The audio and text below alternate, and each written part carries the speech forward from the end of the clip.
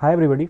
आज का हमारा टॉपिक है इंडिया में जो टैक्स सिस्टम है उसके बारे में हम बात करेंगे और ब्रॉडली पहले डिफाइन करेंगे कि टैक्सेस कितने टाइप के होते हैं। उसके पहले हम देखेंगे कि इसकी इसकी इम्पोर्टेंस क्या है, टैक्स कलेक्शन क्यों किसी भी कंट्री के लिए बहुत इंपॉर्टेंट है। देन हम ये देखेंगे कि जो ब्रॉड क्लासिफिकेशंस हैं उसके अंडर कौन कौन से एग्जांपल्स आ रहे हैं, ठीक है। फिर हम ये देखेंगे कि टैक्स कलेक्शन का सिनेरियो अभी इंडिया में क्या है, राइट। तो ये सारी चीज़ें वन बाई वन करके देखते हैं। उसके पहले आज का आर्टिकल आपको स्क्रीन पे दिख रहा होगा। सो न्यूज़ में ये आया था कि जो टैक्स रिटर्न्स हैं, ठीक, वो इंक्रीज़ हुआ है। तो उसके वजह से क्या होगा कि रेवेन्यू बढ़ेगा। एक जीएसटी के ऊपर हमने वीडियो बनाई थी, तो उसमें भी मैंने थोड़ा बहुत इनडायरेक्ट टैक्स के बारे में बताया था। एंड फर्दर एक वीडियो आई थी जिसमें हमने capital and revenue, receipts and expenditure दोनों के बारे में बात की थी, राइट।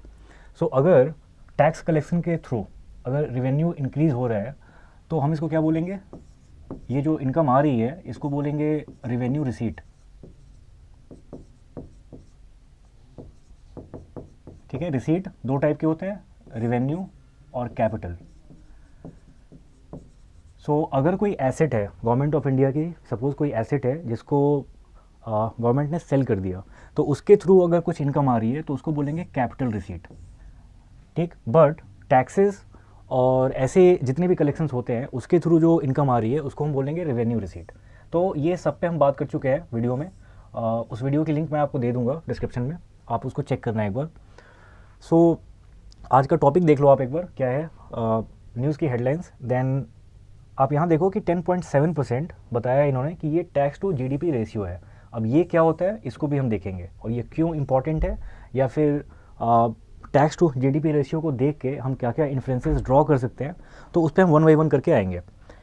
तो कंटेंट आज का हमारा ये रहा कि इम्पोर्टेंस क्या है। देन फिजिकल पॉलिसी के ऊपर मैंने ज़्यादा कुछ नहीं बताया अभी, क्योंकि ये अपने आप में बहुत बड़ा टॉपिक है जिसको हम सेपरेटली कवर करेंगे।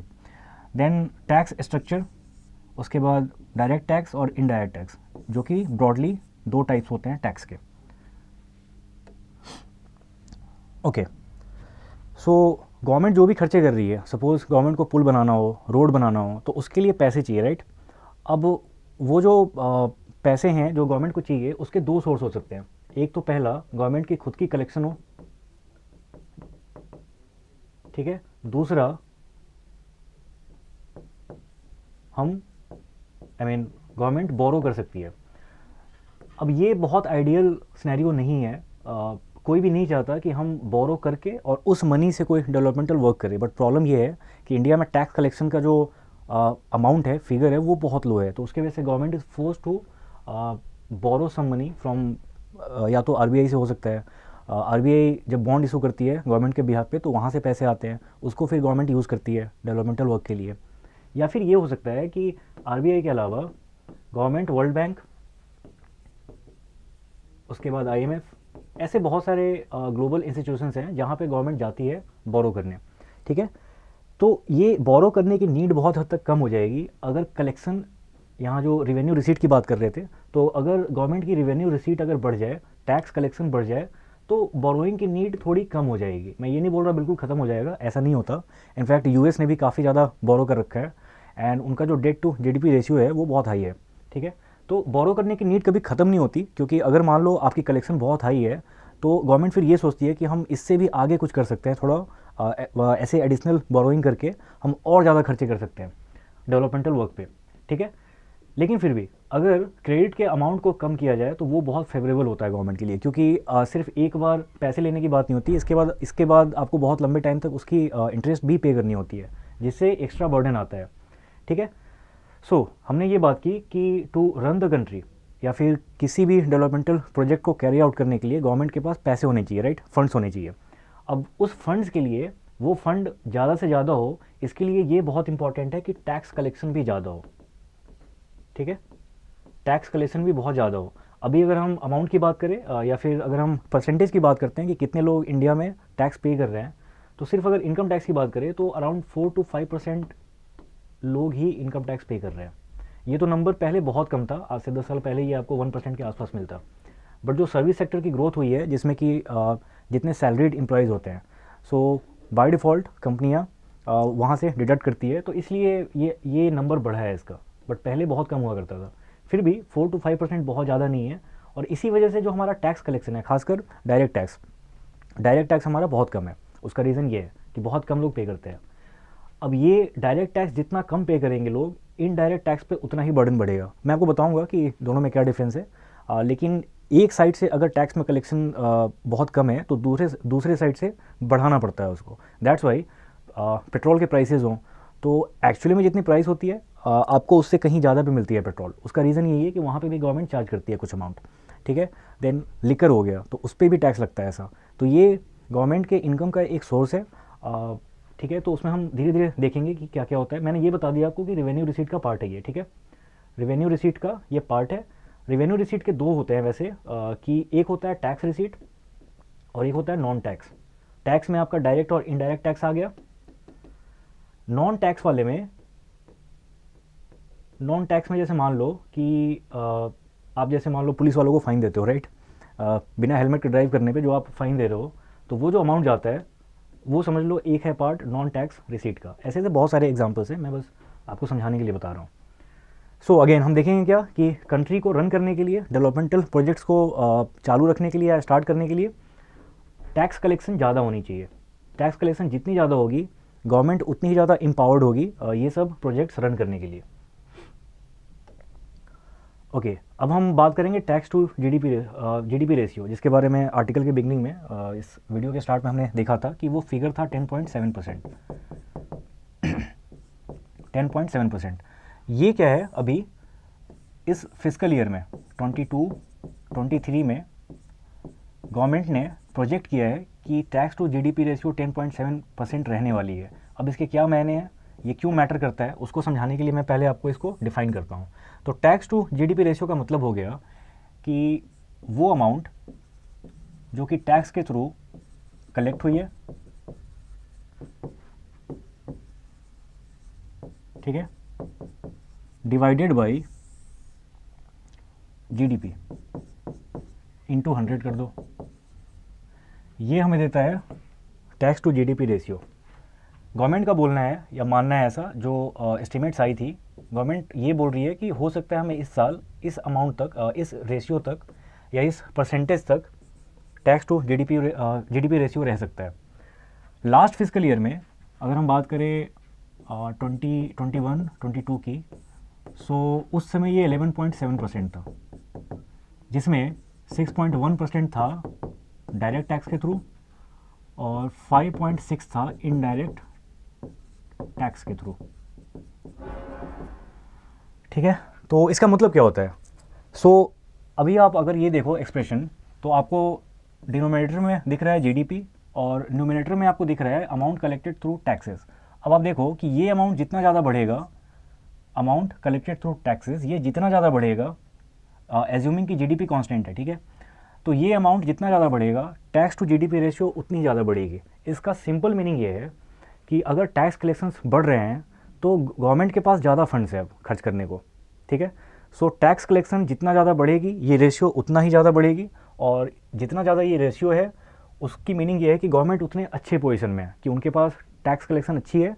तो टैक्स कलेक्शन अच्छी है तो इनको हो सकता है कि दूसरे सोर्सेज से जहाँ से ये बोरो कर रहे हैं, बोरोइंग पे थोड़ी कम स्ट्रेस पड़ेगी, मतलब कि हमें कम बोरो करने की नीड पड़ेगी फिर। तो अगर टैक्स कलेक्शन लो है तो बोरोइंग हमारी हाई हो जाएगी, क्योंकि इंडिया एक वेलफेयर स्टेट है, राइट। आपको लोगों को हेल्थ केयर फैसिलिटीज़, उसके बाद एजुकेशन, ये सब प्रोवाइड करने के लिए गवर्नमेंट को पैसे चाहिए बहुत ज़्यादा। तो अगर टैक्स से पैसे नहीं आ रहे हैं तो government will be force to borrow, ठीक है।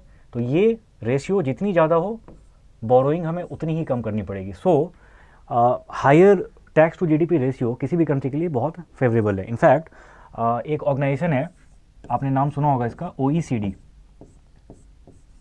ठीक है, organization for economic cooperation and development. इसकी हेडक्वार्टर्स है पेरिस में। इसमें टोटल 38 मेंबर स्टेट्स हैं।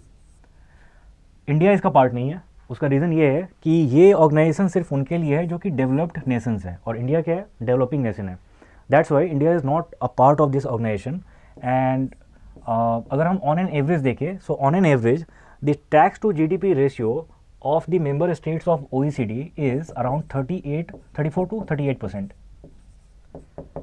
सो नाउ यू सी कि ये अमाउंट, ये परसेंटेज कितना ज़्यादा है इंडिया से अगर हम कंपेयर करें तो कितना ज़्यादा है, ये अराउंड 3 टाइम्स हो गया, 3 या 3.5। सो आप देखो कि डेवलप्ड जो नेशंस होते हैं वहाँ पे लोग अच्छे से अपना टैक्स पे कर रहे हैं, अमाउंट भी ज़्यादा आ रहा है, दैट्स वाई उनको ज़्यादा बोरो करने की ज़रूरत नहीं होती और वो अपना सारा वेलफेयर का काम कर पाते हैं अच्छे से। सो आपने ये देखा कि OECD में 38 मेंबर्स हैं, इसका हेडक्वार्टर पेरिस में है, 34 से 38% इसका टैक्स टू GDP रेशियो है अगर हम एवरेज की बात करें तो। बहुत सारे ऐसे भी कंट्रीज़ होंगे जिसका 40-45 होगा इसमें, बट एवरेज इसका 34 to 38 के बीच में रहता है। ओके, तो आपने ये समझ लिया कि टैक्स टू GDP रेशियो क्यों इंपॉर्टेंट है, राइट। ये जितना ज़्यादा होगा उतना अच्छा है। आइडियली अगर हम वर्ल्ड बैंक की बात करें तो वर्ल्ड बैंक ने ये बोला था कि हर कंट्री को मेंटेन करना चाहिए 15% का टैक्स टू GDP रेशियो, इतना तो होना ही चाहिए। अगर इतना है तभी आप अच्छे से परफॉर्म कर पाओगे या अपने लोगों के लिए अच्छे से काम कर पाओगे। सो अभी हम 15% से भी बहुत दूर हैं, ठीक है। लास्ट फिस्कल ईयर में 11.7% था, इस बार का प्रोजेक्शन है कि 10.7% रहेगा। बट अगर हम अमाउंट की बात करें तो अमाउंट क्योंकि GDP हमारी मतलब ऐसे वर्ल्ड में 4th नंबर पे है, 4th 5th ऐसे अभी हम फिलहाल रहते हैं। सो अमाउंट ये ज़्यादा हो जाता है, बट फिर भी जितनी हमारी पॉपुलेशन है उसकी नीड के हिसाब से ना ये सफिशिएंट नहीं है, ये और भी ज़्यादा होना चाहिए और 15% तो होना ही चाहिए। फर्दर हम कोशिश करेंगे यहाँ तक आने की। ओके, अब हम देखते हैं टैक्सेस कितने टाइप के होते हैं। सो एक बहुत सिंपल सा लॉजिक है इसमें कि वो टैक्स उस टैक्स का अमाउंट डिपेंड इस बात पे करे कि आपकी इनकम कितनी है या आपने कितने वैल्यूएशन वाली एसेट एक्वायर की है। तो अगर हम केस टू केस बेसिस पे बात कर रहे हैं कि जब जो आपको टैक्स देना है वो डिपेंड इस पे करेगा कि आपकी इनकम कितनी है या फिर आपकी एसेट कितनी है। सो वो आएगा डायरेक्ट टैक्स का पार्ट। और इनडायरेक्ट टैक्स में क्या होता है ना कि आप कोई गुड्स ऐसे परचेज करो या सर्विस अवेल करो तो उसको उस पर आपको टैक्स देना होता है। मतलब ये ऑप्शनल होता है, अगर आप गुड्स या सर्विसेज अगर आप कंज्यूम नहीं करोगे तो आपको ये टैक्स नहीं देना पड़ेगा, बट ये आपको देना पड़ेगा। अगर आपकी इनकम आ रही है कहीं से तो आपको ये टैक्स देना ही पड़ेगा, डिपेंड करता है आप किस ब्रैकेट में आ रहे हो। हम इसको डिटेल में देखते हैं अभी।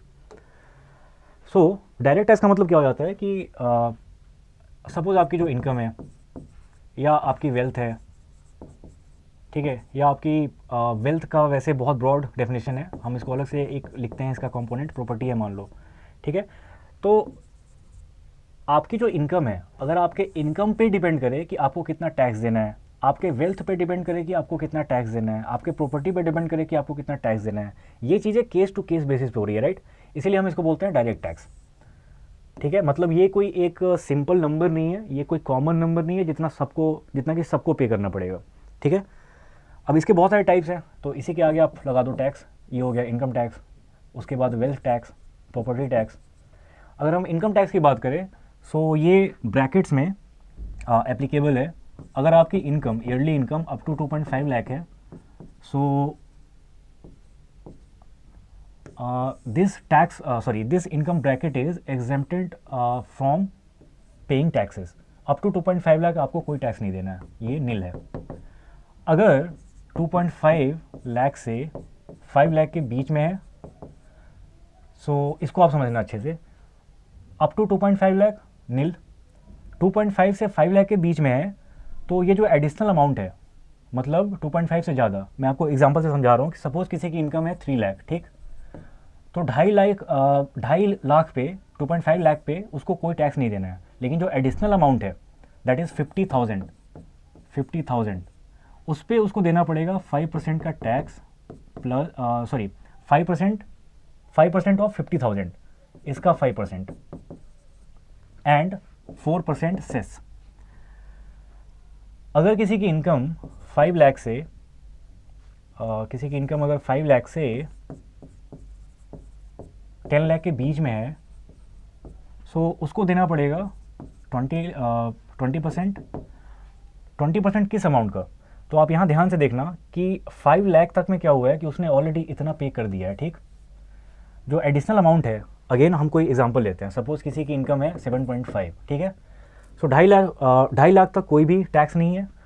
2.5 से ऐसे 5 के बीच में जो पूरा अमाउंट है यानी 2.5 का 5% देना पड़ेगा और 4% सेस, ठीक। उसके बाद उसकी टोटल इनकम कितनी है 7.5, तो 5 तक आने के बाद भी जो एडिशनल अमाउंट है वो कितना है 2.5। तो अब उसको 2.5 पे 20% टैक्स पे करना पड़ेगा प्लस 4% सेस। ठीक है। सो ऐसे ऐसे अगर मान लो कि 10 लाख से ज़्यादा है, 10 लाख और मोर, सो यहाँ पे हो जाता है 30%। ठीक है। ध्यान यहाँ पे आप ये देना कि अगर किसी की इनकम मान लो 12 लाख है तो इसका ये मतलब नहीं होता है कि उसको 12 लाख पे 30% देना है, नहीं, ब्रैकेट में पहले हम इसको डिवाइड करेंगे और उसके बाद कैलकुलेट होता है ये। ठीक है। एग्जाम्पल्स मैंने बता दिए इसके। देन अगर हम बात करें इनडायरेक्ट टैक्स की, तो ये भी थोड़ा बहुत बता दिया था मैंने आपको पहले कि आप जो भी गुड्स और सर्विसेज, गुड्स अगर आप कंज्यूम कर रहे हो, सर्विसेज अवेल कर रहे हो, तो आपको उसी के रिस्पेक्ट में टैक्स वो ऑलरेडी उसके प्राइस में इंक्लूडेड होता है। जैसे आप किसी रेस्टोरेंट में जाते हो तो आप वहाँ पे नीचे देखना जीएसटी होता है उसमें। जीएसटी के ऊपर भी हम एक वीडियो कर चुके हैं जिसमें मैंने आपको बताया था कि कुछ ऐसे होते हैं गुड्स जिस पे 0% का टैक्स है इनडायरेक्ट, फिर आएगा 5%, फिर है 12%, फिर है 18% और फिर है 28%। सो ओवरऑल ये 4 स्लैब्स हैं जीएसटी के। ठीक है। सो जो आप गुड्स परचेज कर रहे हो वहाँ पे देखना उसमें ऑलरेडी ये अमाउंट होगा। ठीक है। रेस्टोरेंट में जा रहे हो आप तो वहाँ पे ये लिखा होगा ये सब चीज़ें। तो जो आप कंजम्पशन कर रहे हैं आपको उसके रिस्पेक्ट में उसके कॉन्टेक्स्ट में आपसे ये कलेक्ट किया जाता है। ठीक है। एग्जांपल्स अगेन जीएसटी हो गया खुद ही एक एग्जांपल, फिर पेट्रोल के ऊपर जैसे पेट्रोलियम प्रोडक्ट के ऊपर सरचार्ज लगाया जाता है, तो ये सारे इनडायरेक्ट टैक्स हो गए। मतलब ये कि आप अगर वो गुड्स या सर्विसेज अगर आप अवेल नहीं करते हो, कंज्यूम नहीं करते हो, तो आपको फिर ये टैक्स नहीं देना पड़ेगा, भले ही आपकी इनकम कुछ भी हो। ठीक है। सो आज हम यहीं तक रखेंगे कंटेंट। आपको इसके ऊपर क्वेश्चन मिलेगा आज के मिंट स्टैटिका सेगमेंट में। जो पहला क्वेश्चन होता है हर दिन का, वो हमेशा वीडियो से रिलेटेड ही होगा। फिर आगे आपको 4 क्वेश्चंस और मिलेंगे जिसमें हम मिंट से जितने अच्छे अच्छे आर्टिकल्स हैं जो सिलेबस से रिलेटेड हैं, तो उसके ऊपर हम क्वेश्चन रखते हैं। क्वेश्चन की क्वालिटी हम कोशिश करते हैं कि अच्छे से रहे, सो दैट आपको प्रैक्टिस करने का अच्छे से मौका मिले। राइट। सो आप हर दिन के क्वेश्चंस अटेम्प्ट करो, और इन केस आपको वो सारे कॉन्सेप्ट्स नहीं आते हैं इन केस जिस पे कि क्वेश्चन पूछा गया है, तो आप उसको नेट पे सर्च करके आपके पास जो भी स्टडी मटेरियल है आप उसे एक बार देख सकते हो। ओके। तो हमारा एक सेगमेंट है पीआईबी सूत्रा, अक्टूबर मंथ की ये हमने अपलोड कर दी थी, बहुत सारे लोगों ने परचेज भी किया है। नवंबर मंथ की हम बहुत जल्दी करने वाले हैं, लेकिन उसके पहले मैं आपको बोलूँगा कि आपने अगर ये परचेज़ किया है तो प्लीज़ एक बार इसको ख़त्म कर लेना जल्दी से। अगर आपने एक बार रीड कर लिया तो रिवाइज़ कर लो, सो दैट जब नवंबर की पीडीएफ आए तो आप उस समय पढ़ना स्टार्ट कर दो। ये सब चीज़ें अगर आप लास्ट के लिए छोड़ते हो तो बहुत ज़्यादा कम्बरसम हो जाता है, and it is not possible for you to go through the whole document again and again. अगर आप अभी से करके रख रहे हो, अभी से अगर आप पढ़ के रख रहे हो तो बहुत फ़ायदा होगा आगे, लास्ट के लिए मत छोड़ना। तो नवंबर की पीडीएफ बहुत जल्दी आने वाली है, तो अक्टूबर का आप जल्दी से पढ़ के ख़त्म करो। क्वेश्चंस भी हैं इस पर, अराउंड 20 क्वेश्चंस थे एमसीक्यूज़ और 10 क्वेश्चंस थे डिस्क्रिप्टिव, तो ये सब की प्रैक्टिस आप कर लो अभी। ओके। सो आज का कंटेंट अगर अच्छा लगा है तो प्लीज़ वीडियो को लाइक करना और इसको अपने दोस्तों के साथ शेयर भी कीजिए। हमने इस यूट्यूब चैनल को 2 महीने पहले स्टार्ट किया था और बहुत ही कम टाइम में इतने सारे लोग जुड़ गए हैं, हमारा 1000 अभी होने वाला है। सो मैं आपसे फिर से रिक्वेस्ट करूंगा कि प्लीज़ सपोर्ट हमें करते रहिए। आपका जो भी फीडबैक है, आप अपना फीडबैक हमें ज़रूर से दो। इन केस अगर बहुत अच्छे से एक्सप्लेन नहीं कर पाया, ठीक है, तो आप उसके बारे में भी बताओ, क्योंकि इम्प्रूवमेंट यहीं से होगी। राइट। सो इसके आगे वीडियोज़ आते रहेंगे। वैसे तो नेक्स्ट डे यानी कल हम फिर से कोई वीडियो लेके आएंगे। आपको अभी तक का कंटेंट अच्छा लग रहा है तो प्लीज़ वीडियो को लाइक कीजिए। ठीक है। अपने दोस्तों के साथ, जितने लोग भी प्रिपरेशन कर रहे हैं तो उनके साथ आप इसको शेयर कीजिए। चैनल को प्लीज़ सब्सक्राइब कीजिए और बेल आइकन अगर आपने प्रेस नहीं किया है अभी तक तो प्लीज़ कर दीजिए। ठीक है। सो मिलते हैं नेक्स्ट वीडियो में। थैंक्स।